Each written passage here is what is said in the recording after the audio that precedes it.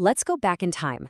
The year is 1963. Right here in South Korea, things are changing, and they're changing fast.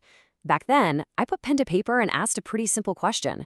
Now, a lot of people thought it was a crazy question, maybe even impossible to answer, but I was convinced it held the key to the future of our entire retail industry.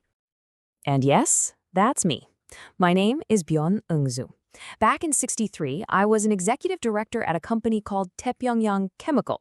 You probably know it today as Amora Pacific. You know, being right there on the front lines, I saw the daily struggles of our industry up close.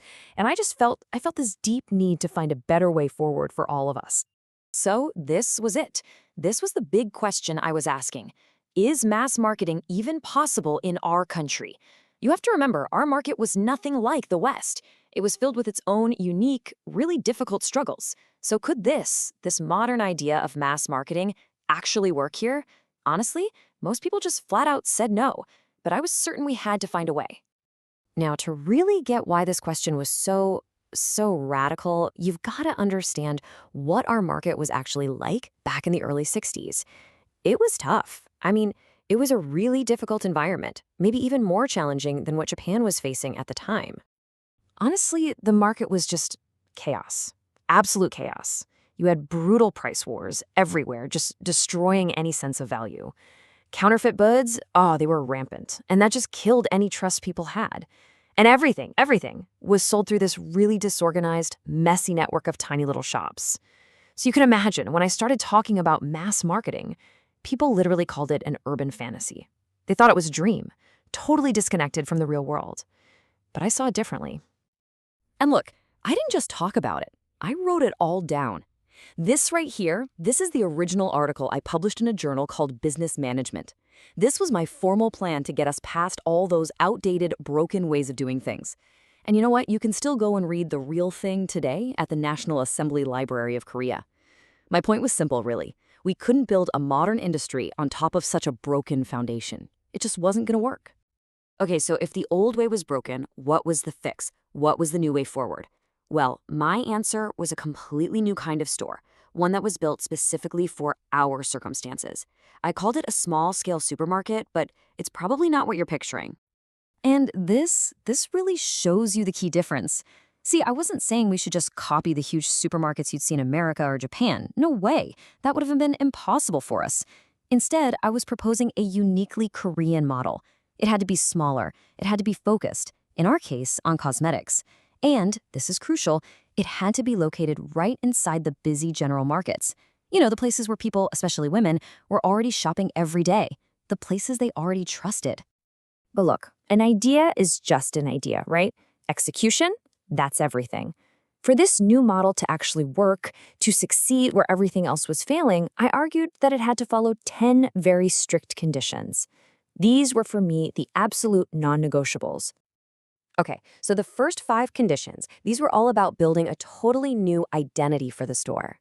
It wasn't about being the cheapest, not at all. It was about being the most reliable. So number 1, stock products that are already famous and popular locally. 2, create a unique, inviting atmosphere, but do it inexpensively with design and color. 3, and this is a big one, avoid that cheap, price-cutting image. That meant refusing to stock any shoddy goods. 4, keep prices stable on your main products, but still project a sense of overall value. And 5, be super strict about only selecting high-quality goods at good prices. It was all about building a reputation, not just chasing a quick sale. All right, the next 5 conditions were all about mastering the day-to-day operations. So, number 6, you have to keep innovating how you display products to keep things fresh and attract customers. 7, prioritize stocking trusted, famous brands. Let their reputation do the work instead of spending a fortune on advertising. 8, really focus on managing your employees so they work with genuine enthusiasm. 9, stick to being a specialty store. No random chaotic special sale days. And finally, number 10, maybe the most important rule of all, thoroughly, completely eliminate all counterfeit products. 0 tolerance. So what's the point of all these rules? What do all 10 of these conditions add up to? It's simple, building a store of trust. The goal was to create a place where a customer could walk in and know, without a single doubt, that they were buying a genuine product at a reasonable, reliable price. That trust, that was the foundation for absolutely everything else. Now, this all sounds pretty good on paper, doesn't it? But The critics, well, they weren't convinced. They were still saying it was a fantasy. They wanted proof. They needed to see that a model like this could actually work in the real world. And really, that was the million-dollar question, wasn't it? Could a store like this specialized, trust-based model, actually outperform the traditional stores? Could it really bring in more sales than the old way of doing things? Well, lucky for us, we didn't have to guess. An answer had already popped up of all places in a small city in Japan. Just take a look at this. It's a case study of a traditional store that made the switch to this new model. Now check this out. They increased their store's physical area by 5 times. Okay, pretty good.